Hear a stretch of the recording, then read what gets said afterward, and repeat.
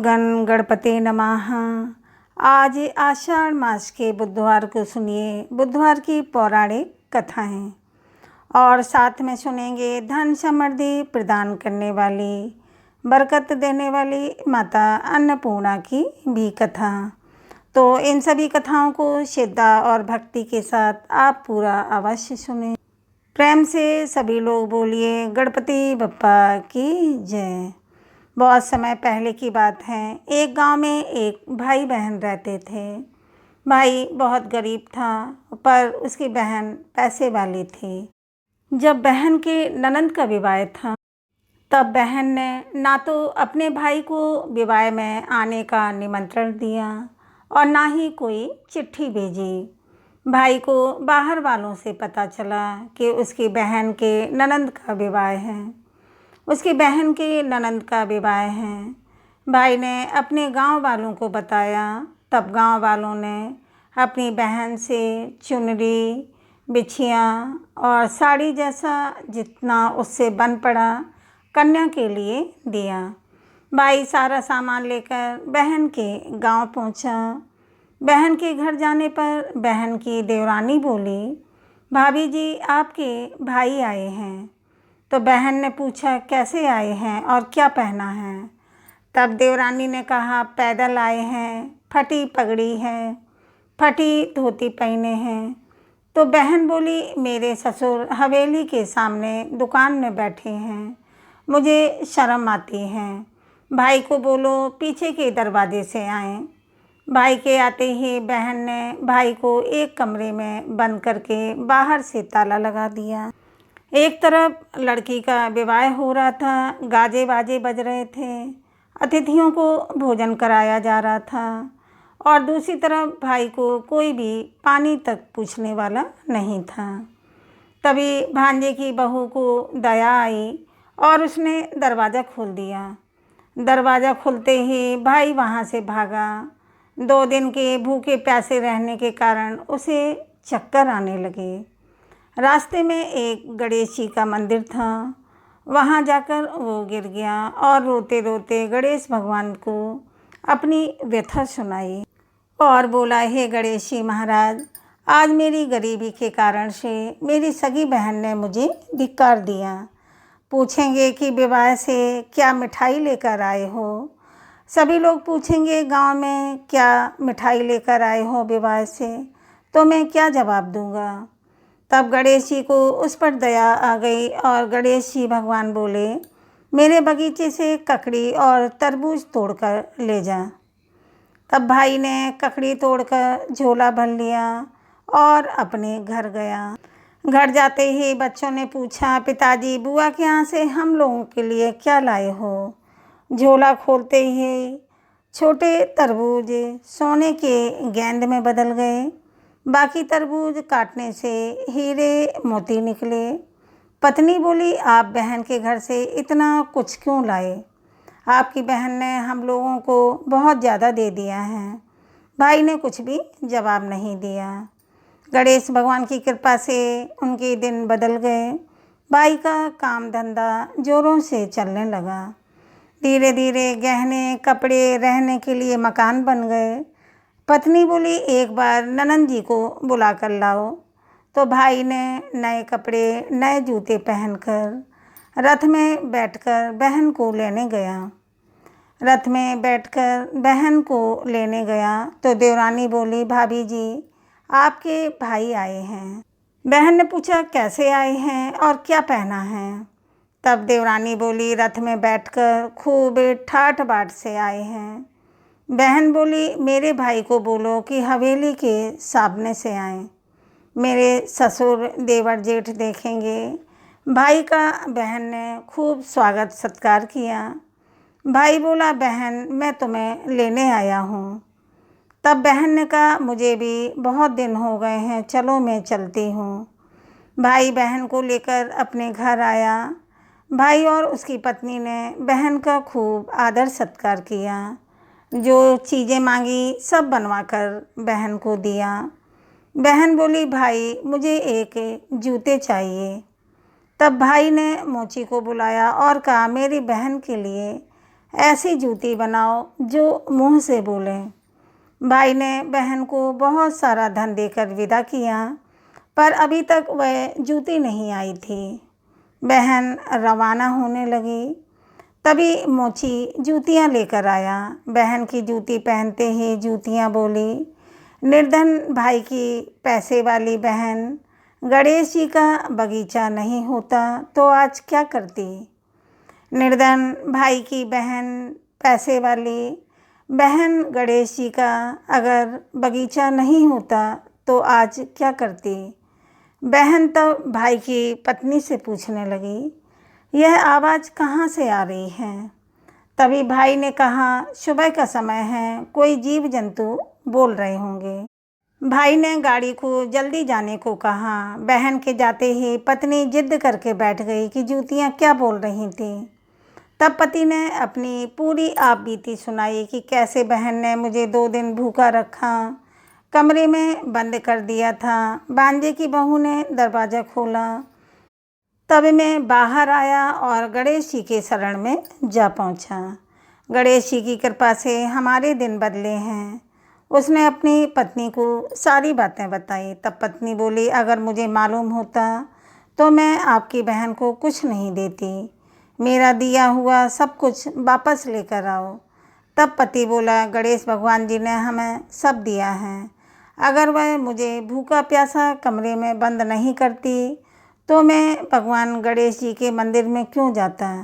क्या मैं गणेश जी को अपना क्या दुखड़ा सुनाता। और तुम अपना मन मैला मत करो, और अपने पर तो गणेश जी की कृपा है और किस चीज़ की कमी है। फिर दोनों गणेश जी के आगे झुककर प्रणाम करते हैं और गणपति बप्पा का जयकारा लगाते हैं। हे गणेश जी महाराज, जैसी कृपा आपने गरीब भाई पर की, वैसे ही अपने सभी भक्तों पर अपनी कृपा बनाए रखना। तो प्रेम से सभी लोग बोलिए, गणेश जी महाराज की जय हो, गणपति बप्पा की जय हो। गणेश जी महाराज की अगली पौराणिक कथा सुनते हैं। एक बार देवी तुलसी विवाह हेतु वर ढूंढने के लिए तीर्थ यात्रा पर निकली थीं और ढूंढते ढूंढते वह गंगा किनारे पहुंच गई। उस समय गणेश भगवान जी गंगा के किनारे तप कर रहे थे। उन्हें देखते ही देवी तुलसी उन पर मोहित हो गई और उनके मन में गणेश भगवान जी से विवाह की इच्छा उत्पन्न हुई। फिर देवी तुलसी ने गणेश जी के पास जाकर उनका ध्यान भंग कर दिया। आंखें खोलने के बाद गणेश भगवान के सामने देवी तुलसी खड़ी थी, लेकिन सामने एक स्त्री है, इसीलिए अपने क्रोध को नियंत्रण में रखकर गणेश भगवान जी ने पूछा, आप कौन हैं देवी, और मेरा ध्यान भंग करने का क्या कारण है। मेरा ध्यान भंग करने का क्या कारण है। तो जवाब में देवी तुलसी ने अपने परिचय के साथ गणेश जी से विवाह की बात कर ली। उत्तर में गणेश भगवान जी बोले, देवी मैं ब्रह्मचारी हूँ, इस वजह से मैं विवाह नहीं कर सकता। अपने विवाह प्रस्ताव के लिए ना सुनने के लिए देवी तुलसी क्रोधित हो गई और उन्होंने गणेश जी को श्राप दे दिया कि उनका ब्रह्मचर्य टूटेगा और उनके 2 विवाह होंगे। इस बात पर गणेश जी भगवान अत्यंत क्रोधित हो उठे, क्योंकि एक तो वह स्त्री हैं। इसीलिए ध्यान भंग करने पर भी गणेश जी ने कुछ नहीं कहा और इतनी विनम्रता से बात करने पर भी उन्हें श्राप दिया गया। फिर गणेश जी ने भी देवी तुलसी को श्राप दे दिया कि तुम्हारा विवाह शंखचूड़ नामक के असुर के साथ होगा। एक देवी होकर भी उनका विवाह एक राक्षस से होगा। यह जानकर देवी तुलसी विचलित हो गई और विनायक जी से इस कठोर श्राप के मुक्ति दिलाने की क्षमा याचना करने लगी। फिर गणेश जी को तुलसी देवी पर दया आ गई। वे बोले कि मेरा श्राप तो नहीं बदल सकता, वह तो सच होकर ही रहेगा, लेकिन अगले जन्म में तुम एक पेड़ बनोगी और भगवान महाविष्णु जी को अत्यंत प्रिय होगी।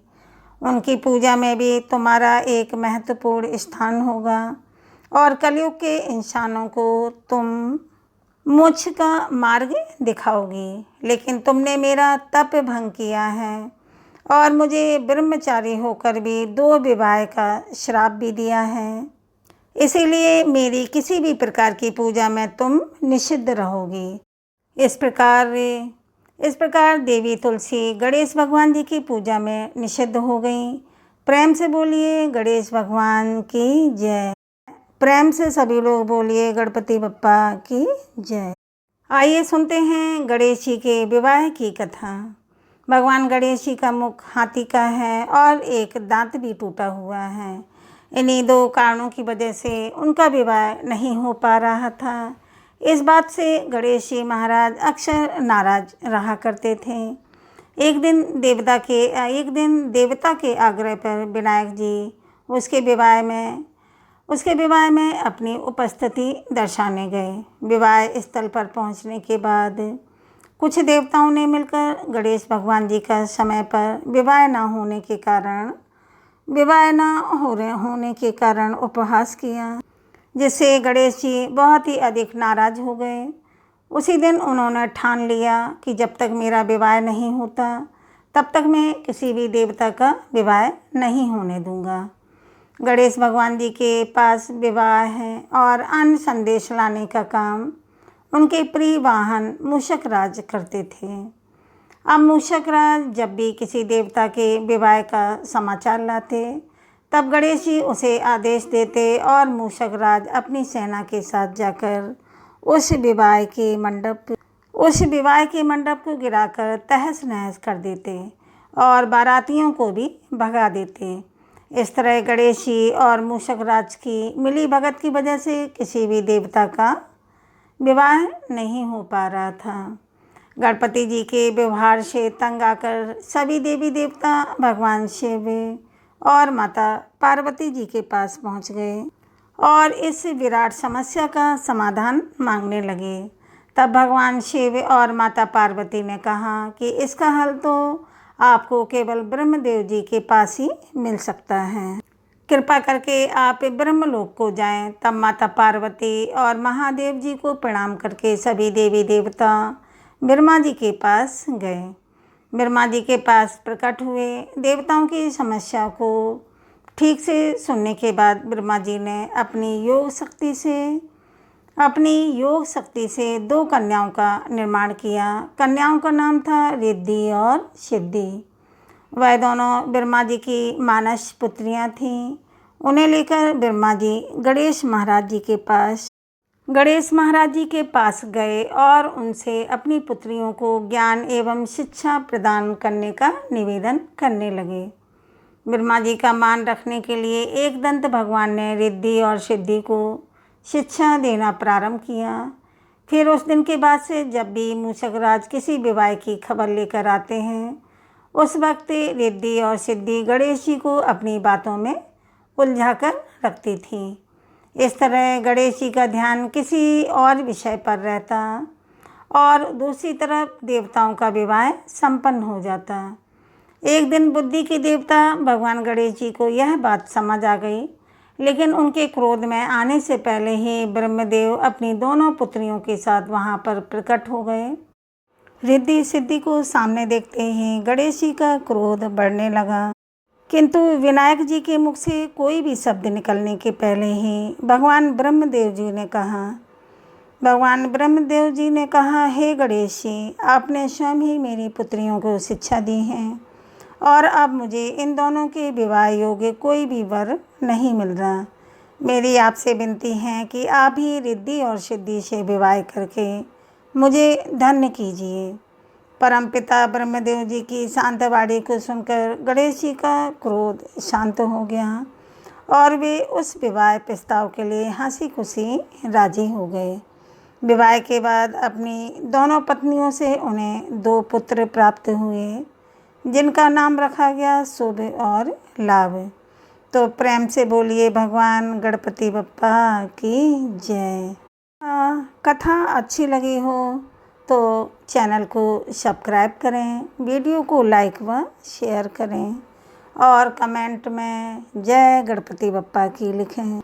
चैनल को सब्सक्राइब करना बिल्कुल ना भूलें। अब मिलते हैं अगले वीडियो में, तब तक के लिए दोस्तों राधे राधे।